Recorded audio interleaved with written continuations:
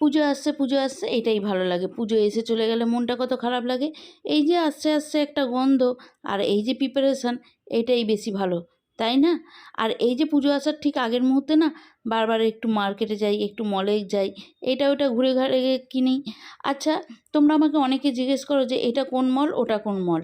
সত্যি কথা বলতে কী বলো তো, আমাদের ঠাকুরপুকুরের মার্কেটের এলাকাটার মধ্যে 4টে মল হয়ে গেছে। একটা রিলায়েন্স ট্রেড, একটা সিটি স্টাইল, একটা স্মার্ট বাজার আর একটা হচ্ছে বাজার কলকাতা। যার জন্যে এই 4টে মলের আশেপাশেই আমরা পাশেই থাকি। আর মলগুলো একদম 4টেই পাশাপাশি। যার জন্য যেটা ইচ্ছে করে সেটা দিয়ে ঢুকে পড়ি। আর এটা হচ্ছে সেরকমই একটা দিন, যেই দিনটা মল ঘুরে আর করেছিলাম বাড়িতে এসে বার্গার। হ্যাঁ, তোমাদেরকে আজকে বার্গারের রেসিপিটাও দেবো। অনেকে জিজ্ঞেস করেছিলে কীভাবে করি, তবে হ্যাঁ, যেইভাবে নিজে ঘরে ঘরোয়াভাবে করি সেটাই তোমাদের সাথে শেয়ার করব। আর আপাতত এখন চলো মলে কী কী করলাম না করলাম সেটাই তোমাদের সাথে আলোচনা করি। একটা যখন একটা শপিং মলে গেলাম, সেখান থেকে একটু ঘুরে ঘাড়ে দেখে নিলাম, তারপর আরেকটাতে এসেছি। এইখানে যেটা এসেছি এটা কিন্তু সিটি স্টাইল। আচ্ছা, প্রথমেই বলে দিই, এখানে এই ডিশগুলো যখন আমি প্রথমে তোমাদেরকে শর্ট ভিডিওতে দেখেছিলাম, তোমরা বলেছিলে দিদি এই ডিশগুলো কোথা থেকে নিয়েছো গো, এটা কোন মল? এটা সিটি স্টাইল থেকে নিয়েছি। না, নিইনি, দেখেছি। কারণ আমি আমার বরকে নিয়ে গেছি, আর আমার বর সঙ্গে সঙ্গে কিছু হাতে তুলে কিনে নিতে দেবে সেটা হতেই পারে না। বা আমার বরের কথা হচ্ছে, দেখো, দেখাশোনা পুরো ফ্রি, কেনাকাটা করতে গেলে পয়সা লাগে। যার জন্য সব কিছু দেখা হয়ে গেলে তারপর না হোক একটা আধা নেবে, তখন আমার বর যেটাতে পারমিশন দেবে সেটাই। সেই জন্য এখন শুধু কিন্তু দেখছি। তবে হ্যাঁ, জামা কাপড়ের সেকশানে যেখানে এসছি এটা কিন্তু টোটালি ছেলেদের। আর ছেলেদের জামা কাপড় আমি কিন্তু চয়েস করে কিনবো না। ছেলেরা এখন বড় হয়েছে না, ওদেরকেও তো ওদের স্বাধীনতাটা দিতে হবে, ওরা নিজেরা চয়েস করে কিনবে। আমি তো এসেছিলাম নিচের সেকশানে, মানে যেখানে ওই যে প্লেট ঠেলেট কাপ ঠাপগুলো পাওয়া যাচ্ছে ওইখানে। ওখান থেকে আমি কিছু নিলাম না, সেই জন্য ভাবলাম একবার এখানে ঘুরে যাই, নতুন কোনো কালেকশান এলে ছেলেগুলোকে নিয়ে যাব। আর এবছর না বিচিত্রা প্রচুর পরিমাণে উঠেছে, এত ভালো লাগছে তো এগুলো। কিন্তু কি বলো তো, ওই কালার পছন্দ হলে সাইজ পাই না, আর সাইজ পেলে কালার পছন্দ হয় না, আর যদি দুটোই পছন্দ হয়ে যায় তবে দাম পছন্দ হয় না। এটা একটা সমস্যা লেগেই থাকবে, সব দিক দিয়ে অ্যাডজাস্ট করে তবেই একটা জিনিস তুলে নিতে হবে। এখানে বর আমাকে জিজ্ঞেস করছিল, এতক্ষণ ধরে তো মলেই টাইম কাটিয়ে যাচ্ছ, বাড়িতে কি রান্নার কী ব্যবস্থা আছে? আমি তাকে বলে দিয়েছি যে দুধ তো নেওয়াই রয়েছে সকালবেলা, একটু পাউরুটি কিনে নিয়ে নেবো।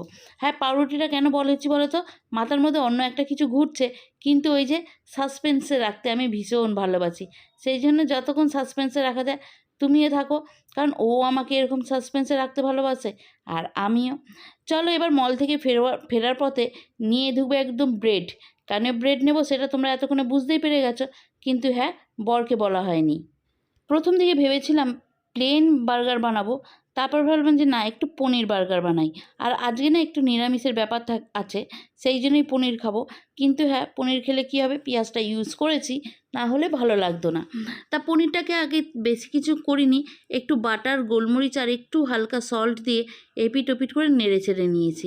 এখানে বর আমাকে ভীষণ পরিমাণে বিরক্ত করছে, বলছে আগে থেকে যখন তুমি এরকম প্রিপারেশান করেই রেখেছিলে আমাকে প্রথমেই বলতে পারতে। আর ওকে বলে কী বা হতো বলো তো?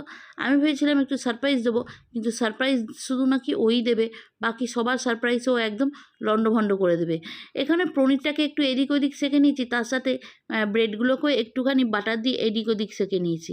তারপর দিয়ে দিলাম এর ওপর গোলমরিচ, আর এটা হচ্ছে বাঁধাকপির পাতা, কচি পাতাগুলো ভেতর দিকের। যেহেতু আমার কাছে লেটুস নেই, আর হঠাৎ করে প্ল্যান হয়েছে ঘরে যা যা জিনিস আছে তার মধ্যেই মেকআপ করবো। হ্যাঁ, ব্রেড, চিজ আর পনির, এই 3টে জিনিস বাইরে থেকে আনতে হয়েছে।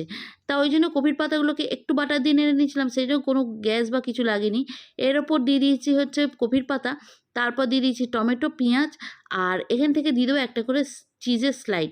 যেহেতু ব্রেডটাকে আগে থেকে বাটার দিয়ে একটু দেখেছিলে তো, দেখিয়ে দিয়েছিলাম, ভেজে নিয়েছি, সেই জন্য এবার শুধু এইভাবে সুন্দর করে সাজিয়ে নেব। আর ওপর থেকে অরিগানো, চিলি ফ্লেক্স দিয়ে দিয়েছি, দিয়ে গরম করে নেবো যাতে চিজটা হালকা করে মেল্ট করি।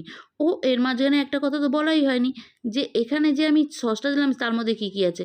সসটার মধ্যে টমেটো সস, সয়া সস, আর আছে হচ্ছে শেজওয়ান সস। শেজওয়ান সসটা অবশ্যই ইউজ করবে, ভীষণ ভালো লাগে।